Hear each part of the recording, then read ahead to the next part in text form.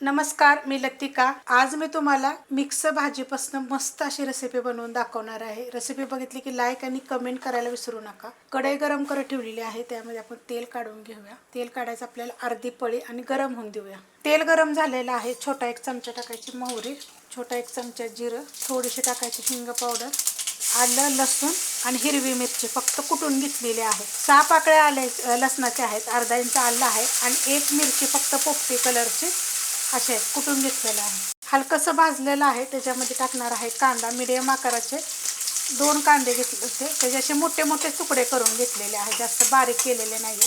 त्याला पण आपण असं भाजून घेऊया। हलकासा कांदा भाजलेला आहे, जास्त भाजायचा नाही। अशा पद्धतीत कांदा बघ मी कापला होता। मोकळा मोकळा केला नव्हता, तसाच टाकला होता, कारण मला कसं वाटलं हलवलं तर तो मोकळा होईल। त्यात टाकायचं आपल्याला थोडीशी हळद, त्यात टाकणार आहे चवीप्रमाणे मीठ।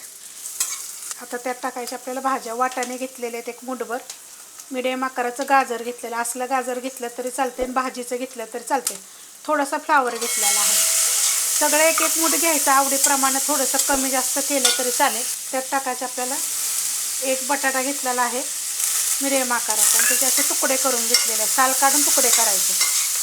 आता ह्याला काय करायचे, बारीक गॅसवर एक 2 ते 3 मिनटं परतून घ्यायचे। मीडियम गॅसवर जरी परतलं तरी चालेल। मस्त असं बघा 2 ते 3 मिनटं मी परतून घेतलेलं आहे। त्याच्यामध्ये एक टोमॅटो टाकणार आहे, थोडीशी कोथिंबीरची काय केलं देठं पण घेतलेली आहेत। पहिल्या याला चांगलं परतून घेते। मस्त असं बघा मी परतून घेतलेलं आहे। मिरची पावडर घेतलेली आहे 1 चमचा, छोटा 1 चमचा जिरे धने पावडर आणि छोटा अर्धा चमचा गरम मसाला पावडर।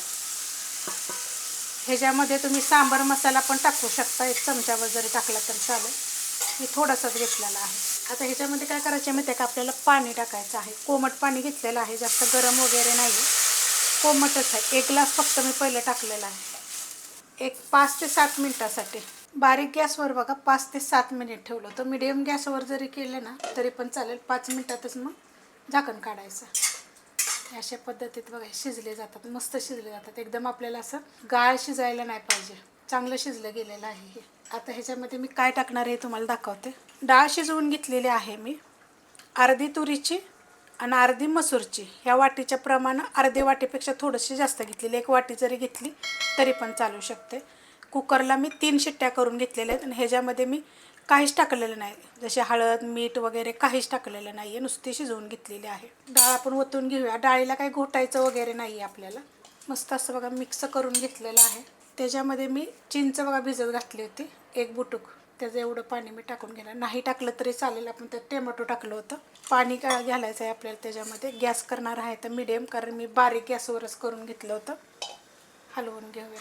ह्याच्यामध्ये फोडणीमध्ये ना तुम्ही कढीपत्ता जरी टाकला तरी चालेल, 1 तेजपत्ता जरी टाकला तरी चालेल, नाही तर वरून जरी तुम्ही फोडणी केली तरी चालेल। थोडीशी कोथिंबीर टाकणार आहे, गॅस मी मीडियम केला आहे। तर वरून जर फोडणी टाकायची असेल तर मग थोडंसं तडक्यामध्ये काय करायचं, जिरं टाकायचं आणि कढीपत्ता टाकून 2 सुक्या मिरच्या जरी टाकल्या तरी चालेल। आपल्याला ह्याच्यामध्ये तर बाकी काही साहित्य टाकायचं नाही आहे। एक 5 ते 7 मिनिट परत आपल्याला उकळून घ्यायचं आहे। बारीक गॅसवर मी 5 ते 7 मिनिट ठेवलं होतं।